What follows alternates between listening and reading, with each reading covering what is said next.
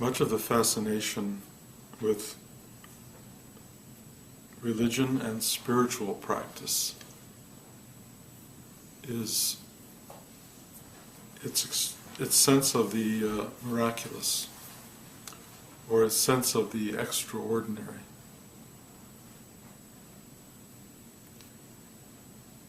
And I think many people are drawn to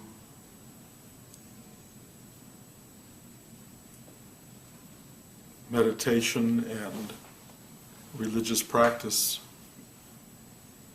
because they want something that's not so much natural as supernatural. And the attraction of the supernatural basically expresses a dissatisfaction with the natural, with the ordinary.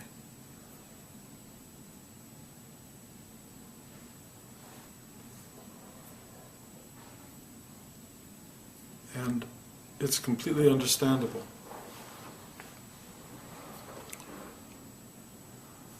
That which is ordinary in our lives becomes repetitive, predictable, knowable, familiar, and fairly uninteresting. The extraordinary is something that removes us from that brings us into a state of not ordinary. And for a while it becomes very titillating to become involved in that which is extraordinary. You know, people who meet somebody and say, "Oh, she's extraordinary." The situation is so extraordinary. It's so desirable because it doesn't have the taint of being like everything else. And yet, the thing that keeps most people from growing spiritually is that if it doesn't have extraordinary aspect, it's not interesting.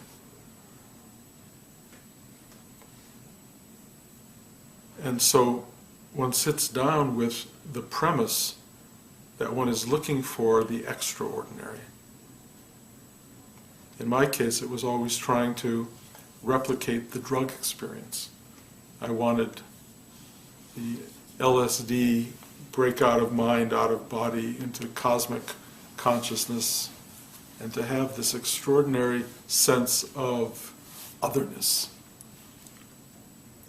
And so I judged every time I sat, every meditation, every class, by, was it extraordinary? And I considered when it was not extraordinary, that it was a failure. That somehow I haven't gotten there. It was just another sit. And that's where many people run into trouble, because there's a kind of subtle measurement of, I have to arrive at something out there that is miraculous on some level. And when you're taught that this realm of sort of religious belief is based on people walking on water, separating the sea, dividing the sea, even resurrection and coming back to life. When you are led to believe that the only truth, the ultimate truth, is not the truth of this moment, but the truth of something beyond this moment, that somehow this is not enough. Life is not enough. That we're reaching for heaven, we're reaching for the resurrected truth. And I totally get how desirable that is. I get why we all buy into that. I get why religions are formed to teach people to believe in the thing to come, in the other, in the miracle. But its primary failure is it obscures this miracle. This miracle. And I know even as I say this miracle, people go, what miracle? But I mean this miracle.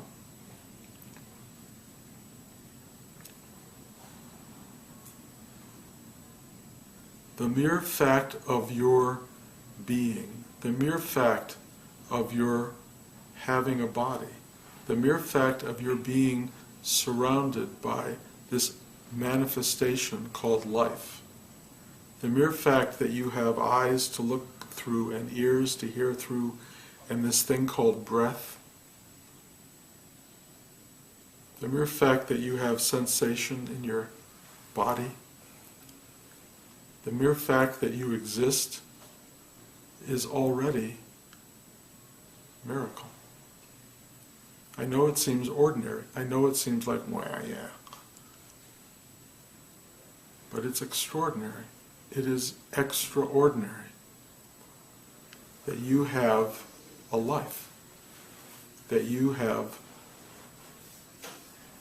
existence.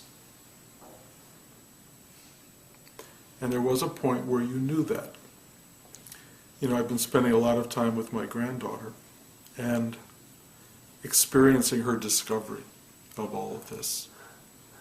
And there's nothing better than having a tutorial from someone who's new to this, because they walk you through it. And if you don't try to teach them, then they teach you. And there's kind of a great reciprocity in that, because you get to share the miracle, the discovery of a blade of grass, a piece of lint, a new kind of food, what it tastes like if you eat sand in a sandbox.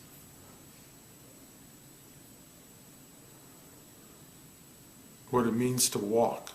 Talia just started walking last week, and she's mastered it.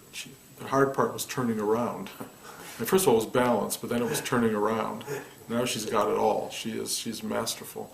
And she even thinks she can walk downstairs, and we have to tell her that's not really the case yet. But she really starts to have this feeling that she can do it, she can have this whole miracle for herself, and in truth she can, bit by bit by bit. But then what happens to Talia, and what happens and has happened to all of us, is what I call the filters start to come in. The filters come from a little bit from your experience, but a lot from other people. The first filter is no. No. You cannot put that in your mouth. No. The filter comes down. And you start to see through a scrim that tells you there is a yes and there's a no. You can have this, you can't have that. And at some point around the age of 2, you start to go crazy and fight that. You refuse to accept that there's a no, because you want that unfiltered reality. But you can't win. You can't win. There are no's in this world. And those no's come in. And then there are all sorts of other filters that come in from your parents and your grandparents and your friends. The friends offer you more filters than you can possibly imagine. The world gets darker and darker, thinner and thinner. It's like the opposite of what happens in an eye exam. You know, when you go in there and they start to take the filters away, this is putting them in place. And you walk around seeing the world through a very narrow, very structured, very, I was going to say unfamiliar, but it's not. It's somebody else's vision that becomes your vision. And of course, you know, your parents have a huge part in that. Don't do that. Oh, watch out. Be careful. Don't. Oh no. All of that stuff, it gets turned into your filtered system, and then somewhere along the way, you just can't see life anymore. You just don't see it. It's all clouded through a glass darkly, and you look around and you just go, "Where's the miracle? Where's, you know, what is all this?" and you start hearing teachers and preachers tell you that there's a way to see life, where walking on water is possible, and you don't believe it. You don't believe anything. It's all story. And you want to believe it, so they talk to you about belief and faith. And now if you have belief and faith, you're going to be okay sometime down the road. And if you don't have belief and faith, you're going to be lost and damned and suffer. So now your whole effort is to have a belief in something that will happen rather than what is. And so you're living completely in some future hope, heaven, salvation, fearing hell and damnation, and you're caught in this struggle of blindness, really, to what is.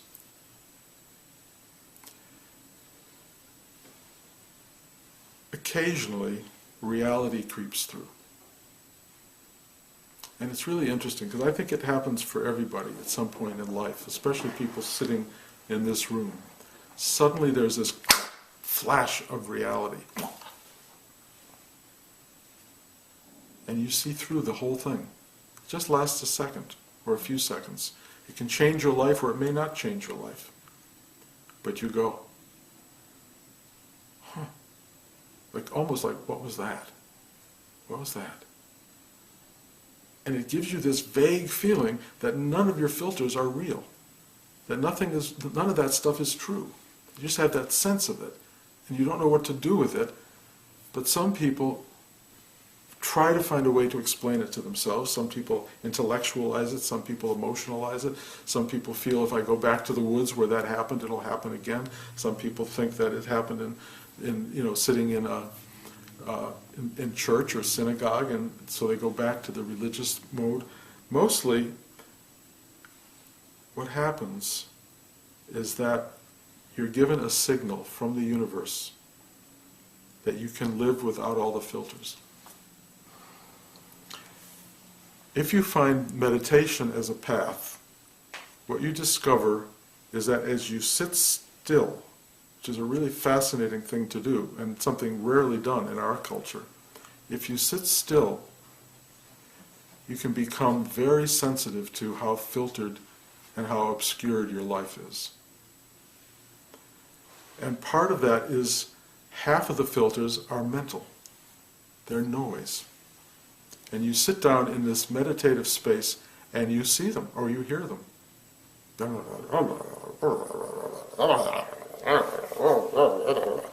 And it's horrible. And most people go, I can't meditate. Why would I do that? It's horrible. And you run the other way. But some people just sit through that and they kind of power through. And what happens is one of the filters changes and you start to see more deeply. And you go, wow, that's extraordinary. And another filter goes, wow, that is extraordinary. What in truth is happening is that all these filters, as they start to go, they're not extraordinary. What you are seeing is what is ordinary. Finally, seeing what's ordinary. And it's extraordinary to you because it's not covered up. It's not part of your normal blindness. It's part of something that was always there. And then if through an act of grace, the whole filter system goes. Well, some people can't even talk at that point. They don't even know how to function in the world. They have just discovered the world you were born into, that they were born into, the world that my granddaughter sees every day. They have just rediscovered that, and they can't function. Because there's no voice for it, there's no personality involved, there's just being. There's just this pure being. And it's not even contained in a body. It's just, you are the whole that you see. You are everything there is. And it is true, and it's amazing. And you may think it's extraordinary, but it's really ordinary life. You are seeing what is. Period. Or better than seeing it, you are what is. You are that. You are that. And you know that because you knew it when you were born. You knew it at flashes of stages along the way. But what happens ultimately through the releasing of the noise and the structure and the filter of your life, the filters of your life, is you come back to what you have always been. And that's a great gift. And that gift is empowered in ways that the mind cannot understand, that you will never grasp, but you will know. You will know. It provides you with extraordinary clarity. But the great thing of going through a life of becoming filtered and unfiltered is that the process of filtering becomes clear to you. The obstruction of life becomes clear to you. And you start to see with a level of appreciation and a level of consciousness that you don't have as a child. Because through the filtering process you learned a great deal. And that learning is really valuable. So when you take the filters away at that point, you have an awakened and mature consciousness. And that's what you're looking for in coming to a class like this. That's all you're looking for. To become awakened and conscious. And you will be amazed at how much what you discover is what you've always known.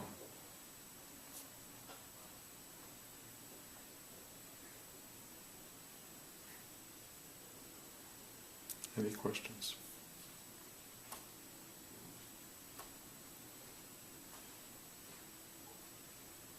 It's so simple. And yet almost nobody does it. For 1,000 reasons, or 1,000,000 reasons, or maybe 6 billion reasons. We don't do it because we are so unbelievably distracted and caught in our distraction and filled with what's called ignorance.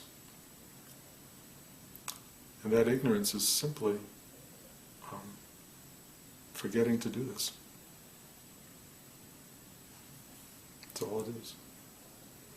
But you can forget, according to Scripture, lifetime after lifetime after lifetime after lifetime. And you can get caught up in some filters that are pretty scary. You know, there are some things that cross over you, that take over you, that are almost impossible for people to break through. Guilt, grief, fear, self-aggrandizement. It goes on and on. So what we do in this class is we go one filter at a time, and each of you has different filters to work on, and part of what I try to do is to pierce through whichever one comes up in the class. And believe me, every one of you brings a different filter to this class. Every one of you. Or a series of filters, really. Can you see that? Layers of filters. So you go with that one, and that's all you can get through in a class. Get that filter out of the way. And then half the time, the class the following week, I look and that filter's right back. You went, oh well, didn't hold. Try another, this one or that one, because you always present a different one. Everyone who comes into this class presents the filter of the moment, not choosing to do it, it's just what you do. Some of you walk into class and like, all the filters are kind of removed for the moment. And you go, wow. And you have a absolute direct contact, absolute direct. And then I say, close your eyes to everybody. And they open their eyes again, I go, they're all back. They're all back. Oh well. Some of you I see at brunch. I see you dialing them back. You know, everybody's got their thing. And if I were to sit here and go, what's the use? You know, it would be like the sun going, well, why should I rise? They don't care. They totally take the sun for granted, right? It doesn't matter that it's shining. The sun doesn't do that. And nor does anybody who does spiritual work. You just totally forgive people their endless patterning and their filtering. And ultimately, I grow through becoming sensitive to filters and working with them. And every so often I see in people real change, real opening, real clarity. And that's a beautiful thing. And it's really up to you. I mean, really. It's up to your patterns, it's up to your choices, really. There's something in you has to go, I will stay open. I will stay clear. It takes conscious work, but it's worth it. Okay. One more time, any questions? I think removing all the filters in a way feels almost akin miraculously to parting the Red Sea at times, and the steps involved in that, it is quite simple, but... No, it's a beautiful point. That's a beautiful metaphor for it. That's exactly, it's parting the Red Sea. And, Moses had to have unbelievable belief to allow these filters to open. Unbelievable belief. And then of course it closed immediately over everybody, over the bad guys, let's say. But it takes, I think the word, and it's really important, is grace. And if you believe enough that you can do this, it happens. I mean, that's all I can tell you, is it happens. And it is miraculous on some level, because why does it happen? How does it happen? But the way I get it, the way I understand it, is if you go to your father or your mother for a period of a long time begging for a new dress, let's say, I need a new dress.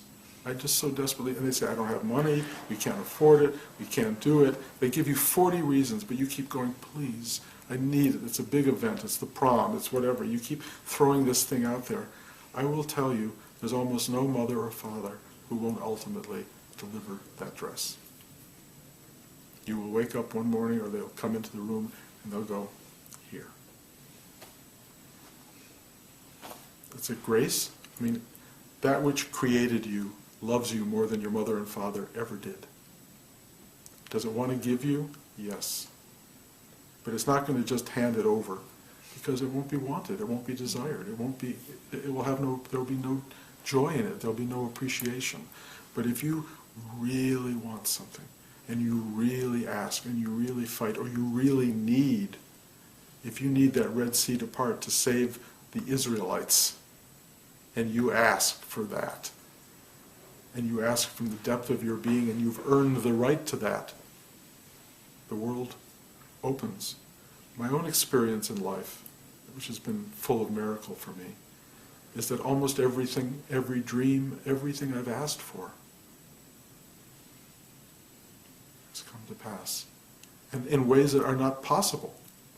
They're not possible. You can't be this kid who I was in Detroit, wanting an Oscar, let's say, and then get it. The universe has to move much more than the Red Sea to deliver that. But it did that. It did that. And then I learned that the Oscar doesn't mean anything. I mean, it does. It means everything, but it means nothing. What it means is this universe is yours. It's yours. It wants to give you everything. But the biggest problem is nobody knows what they want. Or they don't want it enough. Or they don't want it long enough for it to become meaningful to give it to you. Suddenly the universe delivers it and you're looking over here. It's like, what was that for? Think how your parents would feel if they got you the dress and you said, oh, I didn't want that dress. Think they're going to deliver another one? They don't. Forget it. That's not, you didn't really want it. I mean, that's really how it works. This universe will bend time and space for you. It takes time to do. And it takes a lot of work. But it does it if you want it. And if you really, really want it. And if you really want to grow spiritually, or you really want to see the miracle of life, trust me, it will give it to you. Most people don't really want to see it. Say, oh, I really want to see it. I really want to see it. Like that.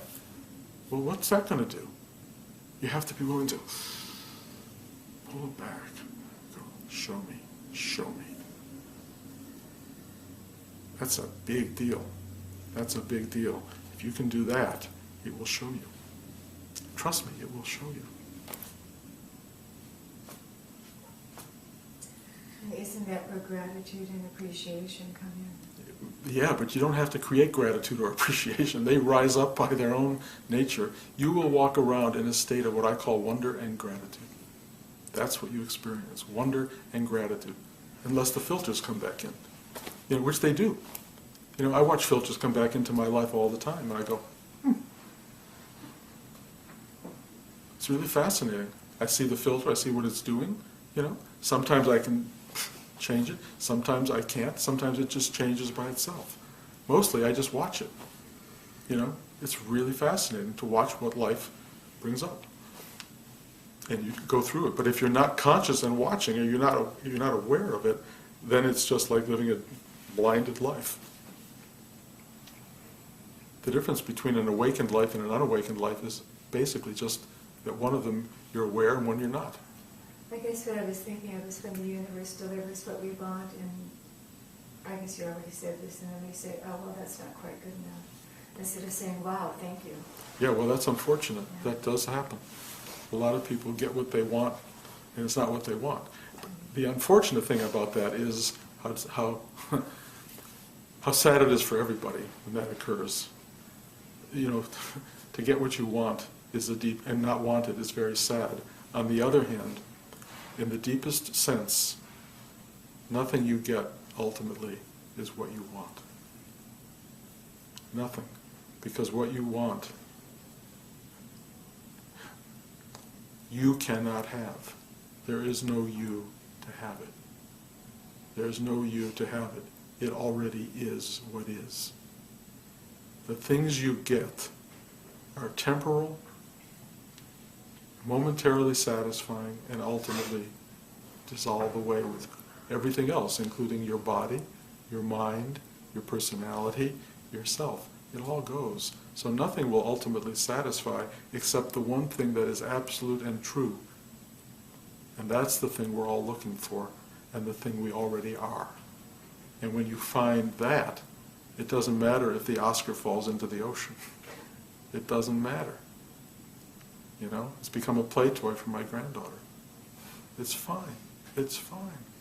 Because nothing lasts except you last. And when I say you, I don't mean Charlene.